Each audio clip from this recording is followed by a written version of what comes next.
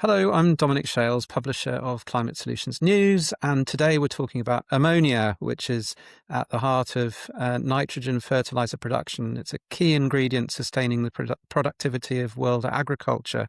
And beyond fertilizer, ammonia is attracting serious attention as a maritime fuel and a vehicle for transporting hydrogen across long distances. But ammonia production is also one of the most carbon-intensive industrial processes on Earth, responsible for close to 2% of greenhouse gas emissions. And yet the chemistry of production has barely changed in 100 years. Today, I'm delighted to be joined by Karen Baert, who's co-founder of San Francisco-based Ammobia, which aims to change that using new materials science to produce ammonia at 10 times lower pressure and 150 degrees lower temperature than conventional facilities. And in January this year, the company closed a $7.5 million seed round backed by Shell Ventures, Liquide, Chevron Technology Ventures, and Mitsui OSK Lines. So let's get into the conversation. Welcome, Karen. Thanks for joining the podcast. Thanks so much for having me, Dominic. Now, ammonia is traditionally produced using a process called the Haber-Bosch process. Can you explain, kind of in layman's terms, what that is, and also why ammonia production has been so difficult to decarbonise? You know, what are the limitations of the traditional processes? Absolutely. Yes. So the Haber-Bosch process was actually a very genius invention back in 1914. In fact, Haber and Bosch won the Nobel Prize for this invention. And the reason why is this was the first time in history where we could produce ammonia synthetically from natural gas or coal. Before that, you had to find natural resources to go find your ammonia. Now, that process is a pretty carbon intense and energy intense process, as you alluded to before. Why? Ammonia is produced at very, very high temperatures and pressures. So the Haber-Bosch process typically runs at around 200 bar, very high pressure, and high temperature, 500 to 600 degrees Celsius. That means that, one, it's pretty carbon intense. It's up to 2% of global greenhouse gas emissions today. Two, it's relatively expensive and it's a lot of capex costs. So you have to produce ammonia at very large scale in a very centralized manner, and you can only do it based on natural gas or coal. To give you a sense of kind of order of magnitude, building a new ammonia plant is around $1 billion plus investment. And an ammonia complex is a type of complex that it takes you, a few minutes to drive around it. So that, of course, comes with challenges. It's a very centralized, capex heavy industry that frankly hasn't changed that much over the last decades. And how's your process different, and what have you done to kind of change both the process and the economics of that production? So what we're doing here at Ammobia is we're developing an innovation to the Haber-Bosch process. We like to call it Haber-Bosch 2.0. We very much take the learnings from the Haber-Bosch process that have happened over the last 100 years and think about how we can innovate on it to make it lower cost and lower capex. What that is specifically is we're working on an innovation in material science. So we're adding new materials to the ammonia reactor that enable us to produce ammonia at an order of magnitude lower pressure. So instead of that typical 200 bar, we go order of magnitude lower, something between 20 to 60 bar. We also significantly reduce temperatures by around 150 degrees Celsius. And that all enables us to produce ammonia at much lower cost. Essentially, the capex of the plant is around half the capex of the conventional process.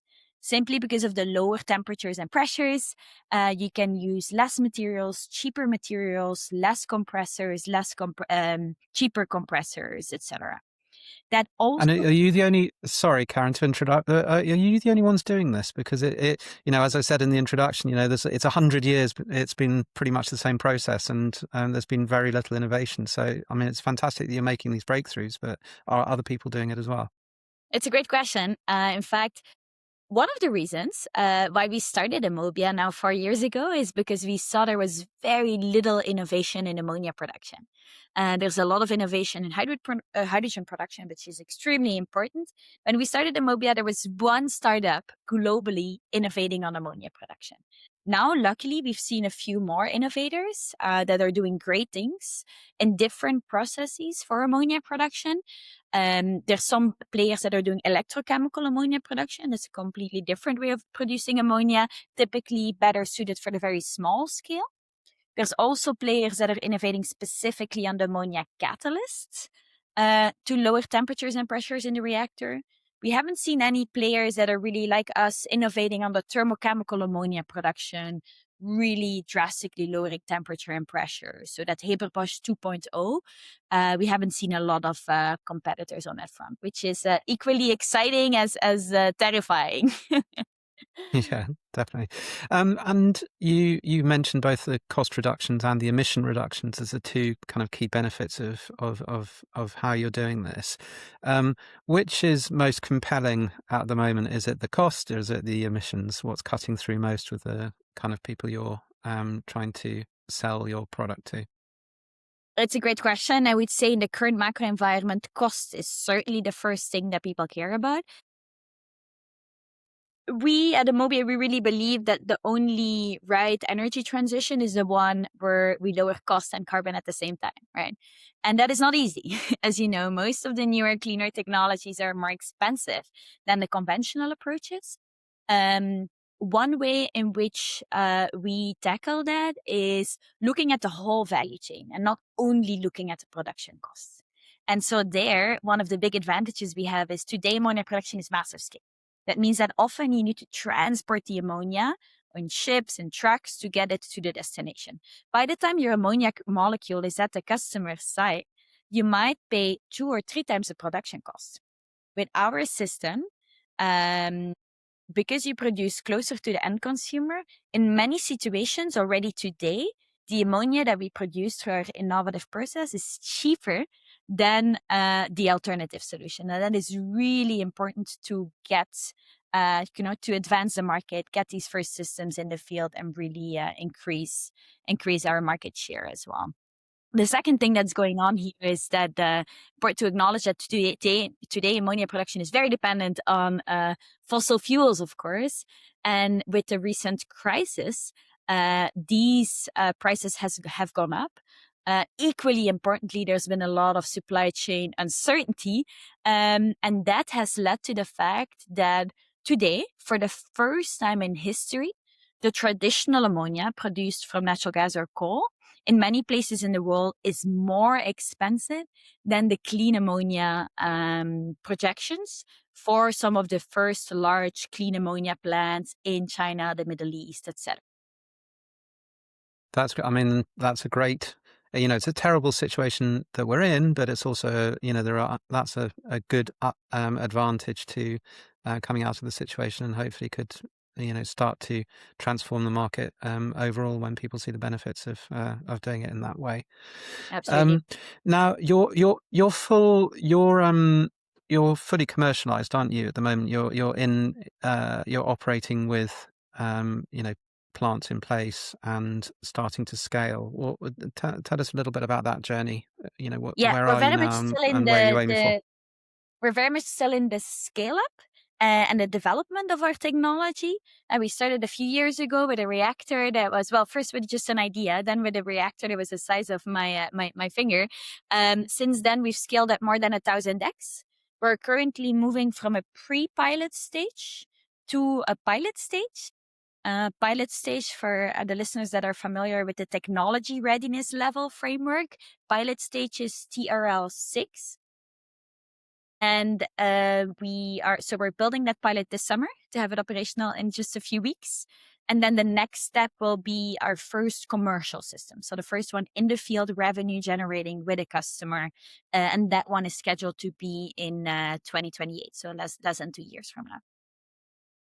Yeah, can you say which customer that is, or is that under wraps?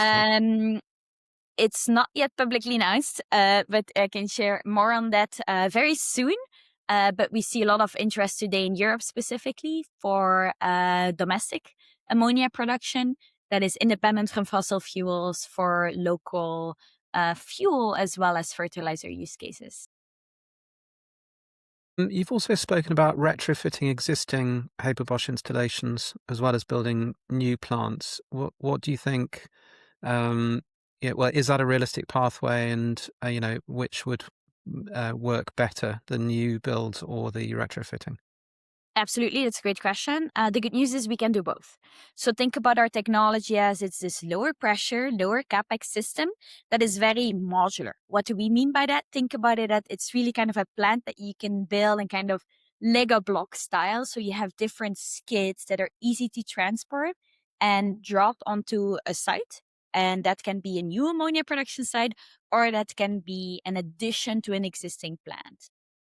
Longer term, we can also do retrofits to the large existing plants to increase the capacity and or increase the energy efficiency of these plants. We do see that we will likely start with more of the new builds because these are kind of the like ready-made solutions.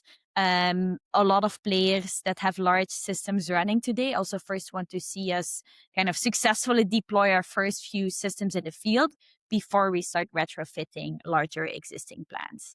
The other piece that we need to mention is that ammonia is a growing market. Right? Today, it's only a fertilizer, or fertilizer is already a large market. It's a $100 billion market.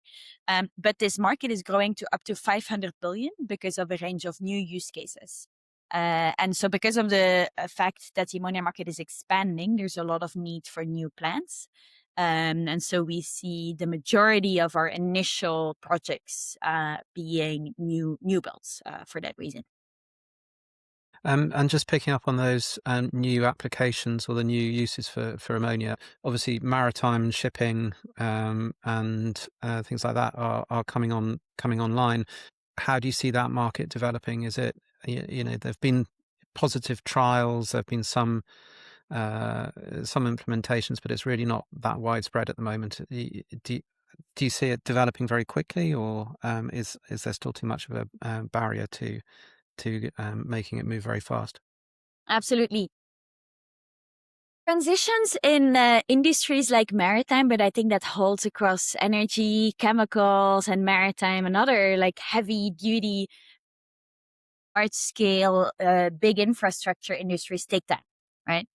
There's this saying in the maritime industry that we need to decarbonize by 2050, and 2050 is one ship lifetime away. It's literally around the corner.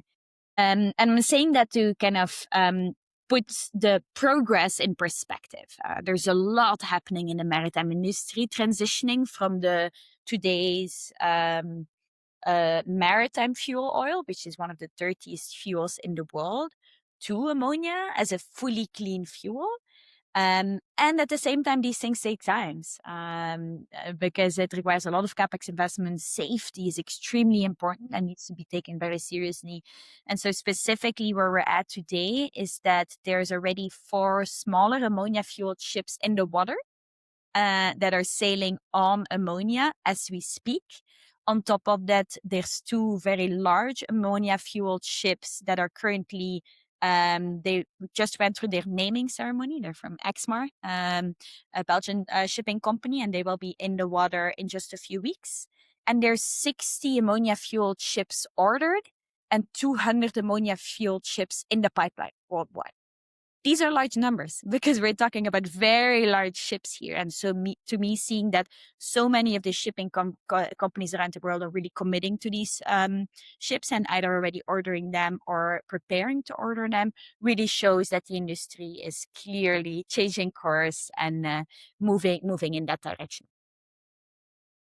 And the investment that you've taken on board kind of reflects the changes we've talked about, the overall energy transition, the maritime industry, that all of them, with companies like Shell and Shell Ventures and Liquide, Chevron, Mitsui, they're all clearly they clearly have a vested interest in the market as well. I mean, what do you were those easy discussions in terms of raising the the funding? Were they immediately on board, or did they need convincing about the opportunity to do things in the ammonia market slightly different?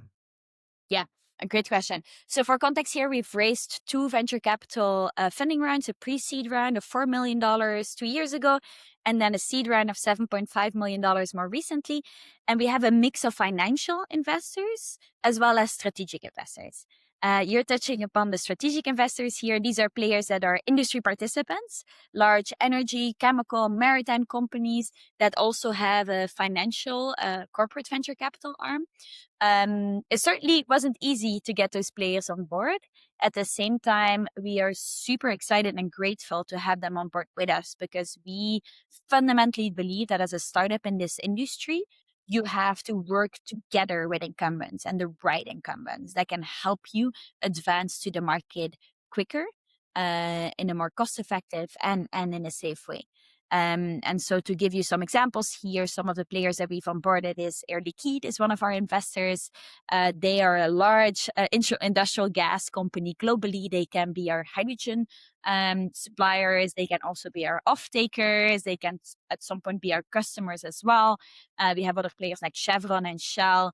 These players know what it's like to run thermochemical plants. They are trying to figure out what role they want to play in the ammonia industry. It's highly likely that they will play a large role in the ammonia industry, especially on the longer term. And then we have Mitsui OSK, one of the largest global shipping companies, a Japanese company. They can be off-takers because they're looking to run ships on ammonia as a fuel. So it wasn't easy to get them on board. We're super excited to have them on board because we think it's absolutely crucial to work together with them to advance solutions like this. And I think the fact that we got them on board is a clear sign that they know and acknowledge that ammonia will play a very large role, not just in fertilizers, but also in energy and in the energy transition going forward. They want to play a role in that industry.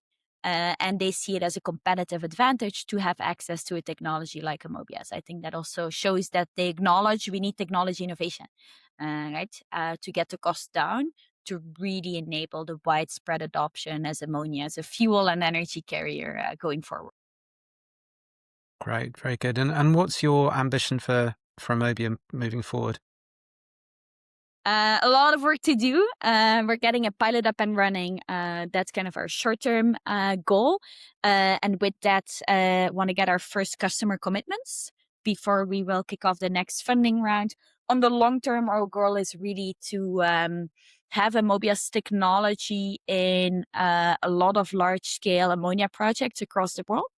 To really lower the cost of that ammonia. Goal is to, by 2030, have multiple commercial projects up and running from different feedstocks in different geographies to really enable low-cost ammonia as a fertilizer, fuel, and energy carrier. Very good. Well, it sounds like you're on the right path with substantial backing, so that's great. If we just turn, like in the last few minutes, to sort of your background and a bit of your sort of personal journey. I think both you and your co-founder met at Stanford when you were studying there. Obviously, Stanford has a long and storied history of producing entrepreneurs of all sorts. How did that experience shape your background and your decision to build a company like Ammobia rather than, the classic Silicon Valley startup, I suppose? And what aspects of the environment do you think really help people turn those ideas into thriving businesses? That's such a great question. Yeah, I grew up in Belgium in a small town close to the ocean as a sailor, and as a sailor, I always kind of dreamt of having an impact on preserving our oceans and planet through clean technology. Now, it wasn't until I made it to Stanford that I really got the, I would say, platform to go do it and to go take the leap. That ecosystem has been an incredible. I would say, lifting platform for Ammobia in many ways. First of all, there's been amazing cross-school connection at Stanford. So my co-founder was doing a PhD at Stanford. I was doing an MBA. I met him through many of the kind of cross-school initiatives there were. And to be specific, there was one which was the Hydrogen Initiative, the Hydrogen Student Club. That's where my co-founder and I met, and we immediately felt like we had common goals, but very complementary skill sets, and we would be a good team to kind of give this a shot.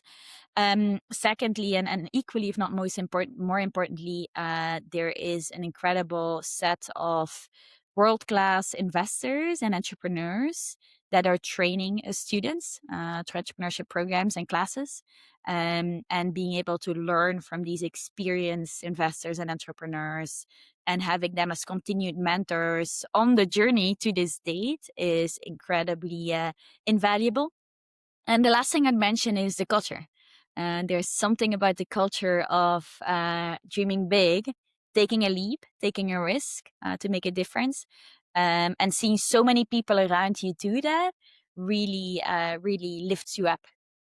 I think that's really something that Ammobia would certainly not be here without all of that.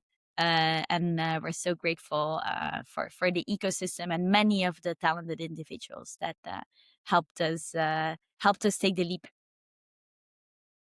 And you've been far too modest, Karen, to mention it, but you won 2 major accolades in 2025, which I think are worth mentioning: the Scientist of the Year at the Women in Energy Transition Awards, and first place in the Women in Clean Tech and Sustainability Pitch for competition. Is that correct on both of those? That's correct. Thank you so much. And especially the scientist one is really a tribute to the entire Ammobia team and all the scientists and engineers that are working hard in the lab right behind me here every day to advance our new technology. Very good. And have they helped with the development of Ammobia? Do those kind of accolades, go down well with investors in particular? It certainly helps. As a small startup, to get access to the right resources, it's so important to get the word out. Ammonia is, I must say, especially in the current AI times, not the most sexy topic, and so efforts like that really help us to gain exposure and to get us connected to the right investors, partners, and ecosystem builders that can help us move to the next step.